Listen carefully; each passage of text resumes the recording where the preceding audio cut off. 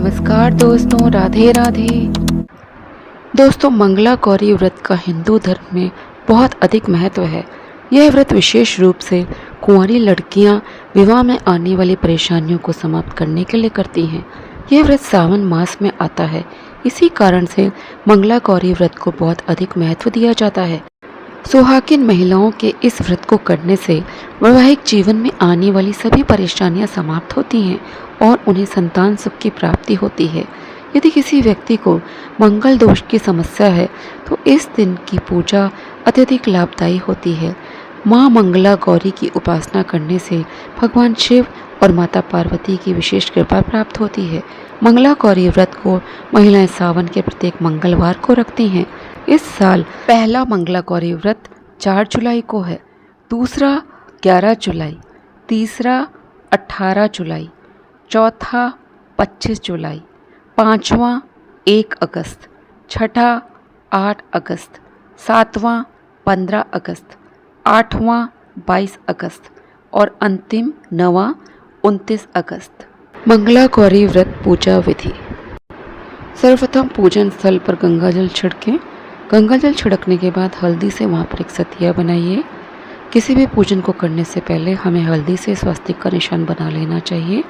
अब इसके ऊपर हमें एक चौकी रखनी होगी और चौकी के ऊपर हम एक लाल रंग का वस्त्र बिछाएंगे। तो यहाँ पर मैंने एक चौकी ली है, इसके ऊपर एक लाल रंग का वस्त्र बिछाया है। अब हम यहाँ पर अक्षत लेंगे और अक्षत के ऊपर हम सुपारी में मूली को लपेटकर गणेश जी को यहाँ पर स्थापित करेंगे। फिर हम अक्षत यहाँ पर रखेंगे और यहाँ पर हम एक भगवान शिव माता पार्वती की एक प्रतिमा यहाँ पर स्थापित करेंगे। इस प्रतिमा में गणेश जी और कार्तिकेय जी भी हैं। अब हमें यहाँ पर कलश स्थापित करना है। कलश स्थापित करने के लिए हम यहाँ फिर से अक्षत लेंगे और अक्षत से हम अष्टदल कमल को बनाएंगे। ये देखिए, मेरा अष्टदल कमल बनकर तैयार हो गया है। इसके ऊपर हम कलश को रखेंगे। कलश बनाने की विधि मैंने अपने इस चैनल पर डाली हुई है, आप उसे प्लीज़ देख लीजिएगा। यहाँ मैंने अष्टदल कमल बनाने के बाद जो हमारा कलश है उसको उस पर स्थापित कर दिया है। कलश के ऊपर हमें नारियल भी रखना है। नारियल पे मैंने लाल कपड़ा लपेटा है। इसके बाद यहाँ पर अब हमें गौरी जी की पूजा करनी है, क्योंकि मंगला गौरी व्रत है। तो यहाँ पर अक्षत रखकर हम यहाँ पे मिट्टी से माँ की एक प्रतिमा बनाते हैं। आप साधारण सी ऐसी प्रतिमा बना सकते हैं। अब हम यहाँ पर एक चौमुखा दिया रखेंगे, ये भी आटे का बना है। इसमें 16 बातियाँ हैं। चौमुखा दिया प्रज्वलित कर देंगे। इसके बाद हम जल छिड़केंगे, गंगा जल छिड़केंगे। हमें कोई भी पूजा शुरू करने से पहले दीपक ज़रूर प्रज्वलित कर लेना चाहिए, क्योंकि दीपक हमारी पूजा का साक्षी होता है। सर्वप्रथम हम गणेश जी की पूजा करते हैं। गणेश जी को जल अर्पित करा है, पुष्प अर्पित करा है, फिर हम कलश का पूजन करते हैं। ये देखिए, यहाँ पर दीपक की भी पूजा करनी चाहिए। दीपक को भी मैंने यहाँ पर कुमकुम आदि लगा दिया है, पुष्प चढ़ाया है और उसको भी मूली आदि चढ़ाया है। जल से भाव रूपी स्नान कराने के बाद वस्त्र रूपी कलावा हमने यहाँ पे अर्पित कर दिया है। शिव जी को सफ़ेद फूल अर्पित करा है। फिर माँ गौरी को यहाँ पर मैंने वस्त्र अर्पित करे हैं। भगवान शिव को बेलपत्र, गणपति जी को भी बेलपत्र अर्पित करेंगे, माँ गौरी को भी बेलपत्र अर्पित करेंगे। माँ गौरी को हम हर वस्तु 16 की संख्या में चढ़ाएंगे। अब हम गणेश जी पर दूर्वा अर्पित करेंगे। माता गौरी को हम 16 बेलपत्र चढ़ाएंगे और हमें जो भी वस्तु चढ़ानी है माँ गौरी पे वो हम 16 की संख्या में ही चढ़ाएंगे। यहाँ देखिए, मैंने 16 बेलपत्र माँ गौरी को चढ़ा दिए हैं। भगवान शिव और गणेश जी को मदार का पुष्प भी अर्पित करेंगे। हम शमी पत्र भी चढ़ाएंगे। यहाँ मैं पुष्प चढ़ा रही हूँ। माँ गौरी को हम 16 पुष्प चढ़ाएंगे। चाहे तो हम अलग अलग प्रकार के पुष्प चढ़ा सकते हैं या हम कोई एक ही प्रकार का 16 की संख्या में पुष्प चढ़ा सकते हैं माँ गौरी को। यहाँ देखिए, मैंने गेंदे का ही पुष्प चढ़ाया है। ये 16 हैं। हमें गिन के हर वस्तु माँ को 16 ही चढ़ानी है। गणेश जी को हल्दी, कुमकुम, मूली, रोली आदि चढ़ाने के बाद और शंकर जी को भी अष्टगंध, सफ़ेद चंदन आदि चढ़ाने के बाद अब माँ गौरी की पूजा कर रही हूँ। माँ गौरी को यहाँ पर रोली, कुमकुम, हल्दी, सिंदूर आदि सब चढ़ाया जाएगा। सिंदूर माँ को पीला वाला ही चढ़ाएंगे। अब पूजा में धूप हम दिखाएंगे। इसको 3 बार जल से शुद्ध करेंगे। धूप दीप दिखाने के बाद हमें अपने हाथों को धो लेना चाहिए, शुद्ध कर लेना चाहिए और इसके बाद प्रभु को भोग लगाना चाहिए।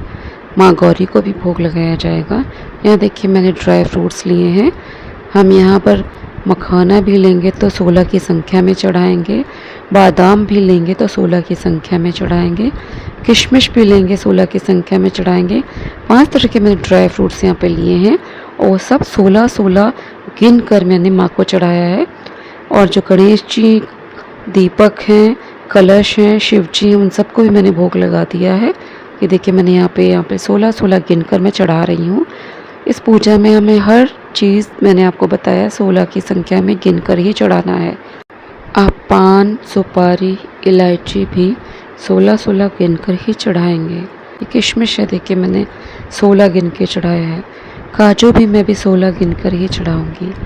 यहाँ देखिए सुहाग सामग्री भी मैंने जो चढ़ाई है ये भी 16 श्रृंगार है। चूड़ी भी चढ़ाएंगे तो 16 ही चढ़ाएंगे। माँ को काजल, सिंदूर, मेहंदी ये सब अवश्य चढ़ाना चाहिए। यहाँ देखिए मैं काजू गिन रही हूँ। इनको आप भी जब भी चढ़ाएं तो 16 गिन कर ही चढ़ाइए। मंगला गौरी के व्रत में 16 ही वस्तुएं मैंने बताया आपको चढ़ाई जाती हैं। देखिए मैंने मिठाई चढ़ाई है, ये लड्डू ने 16 की संख्या में गिन के चढ़ाए हैं। मैं माँ को फिर एक और चुनरी चढ़ा रही हूँ। चुनरी आदि चढ़ाने के बाद, भोग लगाने के बाद अब मैं यहाँ पर इनको मूंग की दाल चढ़ा रही हूँ। ये मूंग की दाल भी आप अवश्य चढ़ाइए। माँ को 7 प्रकार के अनाज भी चढ़ाए जाते हैं जो कि मैंने चढ़ाए हैं यहाँ पर। इसके बाद आपको मुखाश्मन करा देना चाहिए और हाथ में अक्षत लेकर व्रत की कथा सुननी चाहिए। अब हम आटे के 16 दिए से माँ की आरती करेंगे। यहाँ मैंने देखिए आटे के 16 दिए बनाए थे, उसी से आरती करी है और पूजा संपन्न करी है। अंत में दक्षिणा अवश्य चढ़ाइए।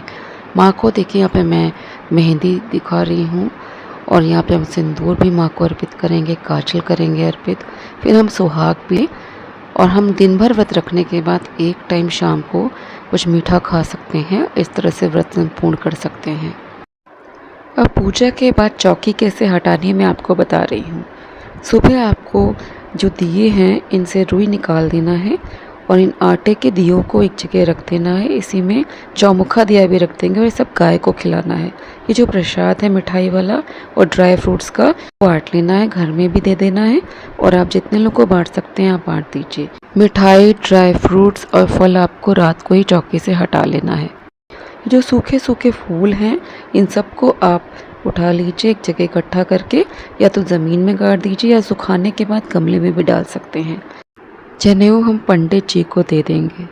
कलश के नारियल को हम दोबारा पूजा में इस्तेमाल कर सकते हैं। अभी और जो भी मंगला गौरी की पूजा पढ़ेंगे उसमें, तो इसको हम संभाल के रख देंगे। और जो माता का 16 श्रृंगार है इसको भी हम अभी जो मंगला गौरी व्रत पढ़ेंगे उनमें हम इस्तेमाल करेंगे। और आखिरी सावन के मंगलवार को उद्यापन के समय सारा हम दान कर देते हैं। यह अपनी सासू माँ को सब कुछ हम दे देते हैं। इसमें दक्षिणा भी रखते हैं, साड़ी भी रखते हैं, मिठाई भी रखते हैं, तब सासू माँ को उद्यापन के बाद दे देते हैं। ये दक्षिणा आप किसी ज़रूरतमंद या पंडित जी को दान कर दीजिएगा। ये फ़ोटो आप पूजा घर में रख दीजिए। ये अक्षत आप दान भी कर सकते हैं। यदि थोड़ा कम लग रहा है ये तो इसमें और चावल मिला लीजिए, जिससे किसी का एक समय का पेट तो भर जाए, उतना आप चावल दान कर दीजिए। और अगर कुछ अक्षत आपको लगता है ख़राब हो गए, पानी आदि गिर गया है, तो उससे आप चिड़ियों को डाल दीजिए। देखिए कलश के पत्तों को आपको सुखा के या तो उसको हमें विसर्जित कर देना चाहिए, भूमि के अंदर गाड़ देना चाहिए, अथवा सुखा के हमें गमलों में डाल देना चाहिए। इस जल को हमें पूरे घर में छिड़क देना चाहिए। कलश के अंदर के हल्दी और सुपारी को दोबारा पूजा में इस्तेमाल कर दीजिए। अभी माता गौरी की जो हमने बनाई है प्रतिमा मिट्टी की, इसको हमें एक पात्र में जल लेना है, साफ इत्र डालना, पुष्प डालने हैं, उसमें माँ को विसर्जित कर देना है और बाद में अपने घर के गमलों में इस पानी को डाल देना है। पूजा में रखा जल आपको गमलों में डाल देना है। दोस्तों यदि प्रति मंगलवार सावन में आप 16 की संख्या में वस्तुएं माँ को पूजा में नहीं चढ़ा सकते हैं, तो आप अंतिम मंगलवार के दिन जब आप मंगला गौरी व्रत करें उस दिन आप 16 की संख्या में सारी वस्तुएं अर्पित कर दीजिए। दोस्तों मंगला गौरी व्रत कथा और मंगला गौरी व्रत की उद्यापन विधि का वीडियो मेरे इसी चैनल पर दिया हुआ है, जिसका लिंक मैं डिस्क्रिप्शन बॉक्स में डाल दे रही हूँ। वहाँ से आप संपूर्ण उद्यापन विधि को देख सकते हैं और कथा को भी सुन सकते हैं।